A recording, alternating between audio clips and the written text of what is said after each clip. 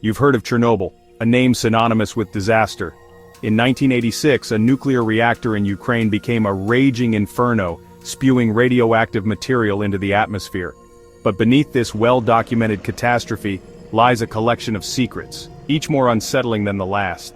Join us as we uncover the 7 dark secrets of Chernobyl they hoped you'd forget. The disaster at Chernobyl was not merely an explosion, it was the beginning of a chilling chapter in scientific exploration. The Soviet Union sanctioned a series of tests that pushed the boundaries of scientific ethics. Prisoners were brought to the contaminated zone, subjected to experimental treatments, their humanity sacrificed on the altar of scientific inquiry. Animals, too, became subjects in this morbid ballet of scientific exploration. Herds of cattle were subjected to bizarre breeding programs, their offspring examined for mutations. Whispers of these experiments escaped the Iron Curtain, sending chills down the spines of Western observers. These were calculated acts, designed to advance the Soviet understanding of radiation and its effects. Today, the remnants of these experiments linger in the ruins of abandoned labs, a chilling reminder of the darkness that can take root even in the pursuit of scientific advancement.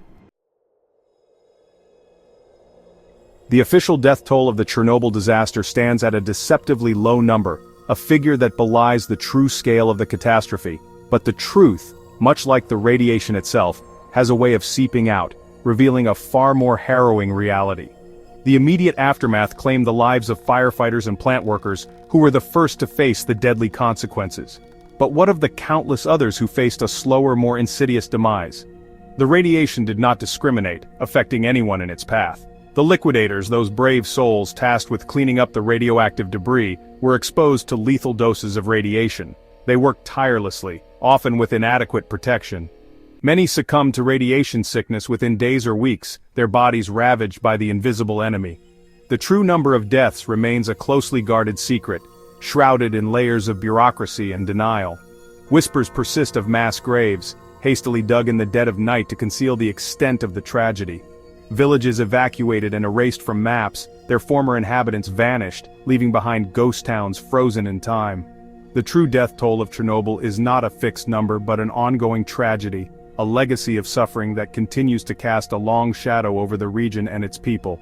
The impact of this disaster is felt even today, as survivors and their descendants grapple with the long-term effects of radiation exposure. In the aftermath of the Chernobyl disaster, nature began a slow and inexorable creep back into the exclusion zone. The forests surrounding the Chernobyl power plant transformed into a silent testament to the destructive power of the atom. Trees, their growth stunted and contorted by radiation, stand as eerie sentinels. Boars roam the deserted streets, their snouts often bearing the marks of mutation. Wolves, their packs thriving, reveal abnormalities, patches of missing fur, misaligned jaws, and an unsettling luminescence in their eyes. Birds, their vibrant plumage dulled, flit through the skeletal remains of buildings. Their eggs often reveal chicks with twisted beaks, deformed wings, and a shortened lifespan. The waters harbor creatures transformed by the invisible hand of radiation. The exclusion zone has become a living laboratory, a testament to the unpredictable and often disturbing consequences of tampering with forces beyond our comprehension. In the chaotic aftermath of the Chernobyl disaster, a desperate plan began to take shape.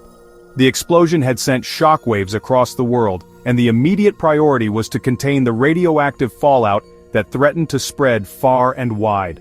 A plan to contain the raging inferno at the heart of the destroyed reactor. The fire burned with an intensity that seemed almost otherworldly, feeding on the very materials meant to keep it in check. That plan was the sarcophagus. A massive structure designed to encase the reactor and prevent further release of radioactive particles into the environment. An army of engineers, soldiers, and construction workers labored tirelessly to erect a monument to human ingenuity and desperation. They worked in shifts, often in hazardous conditions, driven by a sense of duty and the urgency of the task at hand. The sarcophagus, a concrete and steel behemoth, rose from the ashes like a modern-day pyramid. It was an engineering marvel, hastily constructed but robust enough to serve its immediate purpose. It was a testament to human resilience, a symbol of hope in the face of unimaginable disaster. The workers who built it believed they were creating a shield that would protect future generations from the horrors they had witnessed. But the sarcophagus was never meant to be a permanent solution. It was a stopgap measure, a temporary fix to buy time for a more permanent solution to be developed. The unforgiving elements began to take their toll, creating cracks and fissures in its once impenetrable armor. The structure, exposed to the harsh Ukrainian weather, began to show signs of wear and tear. The remnants of the reactor continued to smolder, a radioactive heart beating a slow and steady rhythm of decay. The danger was far from over, and the world watched with bated breath. The fear now was that the entire structure could collapse, releasing a new wave of deadly radiation into the atmosphere. The potential for a secondary disaster loomed large, casting a shadow over the region. The construction of a new, more robust sarcophagus, known as the New Safe Confinement, began in the early 21st century, a poignant testament to the enduring legacy of the disaster. This new structure was designed to last for at least a century, providing a more secure containment for the radioactive remains of the reactor. As the world reeled from the shocking news of the Chernobyl disaster, a desperate call went out for volunteers willing to face an invisible and deadly enemy. The magnitude of the catastrophe was unprecedented, and the need for immediate action was critical. They were the liquidators, a diverse group of ordinary men and women who stepped forward in the face of overwhelming odds. These brave souls came together united by a common purpose and an unyielding sense of duty. They came from all walks of life: firefighters, soldiers, miners, teachers, doctors, and engineers. Each brought their unique skills and unwavering determination to the perilous task at hand. Their faces, etched with a mixture of fear and resolve, were soon hidden behind rudimentary masks and respirators. These makeshift protections were their only defense against the invisible threat of radiation. Their task was Herculean, their mission fraught with danger. They worked tirelessly, often in grueling conditions, to contain the disaster and prevent further contamination. They shoveled radioactive graphite, their skin prickling with the unseen energy. Each shovelful was a step closer to stabilizing the reactor, but also a step closer to their own peril. They cleared rooftops of deadly debris, their bodies silhouetted against the smoldering ruins of the reactor. The danger was palpable, yet they pressed on with unwavering resolve. Many of the liquidators knew the risks, knew that their service was a grim bargain. They understood that their sacrifice was necessary to protect countless others from the fallout. They bore the invisible wounds of their service, the ticking time bombs of radiation sickness planted deep within their cells.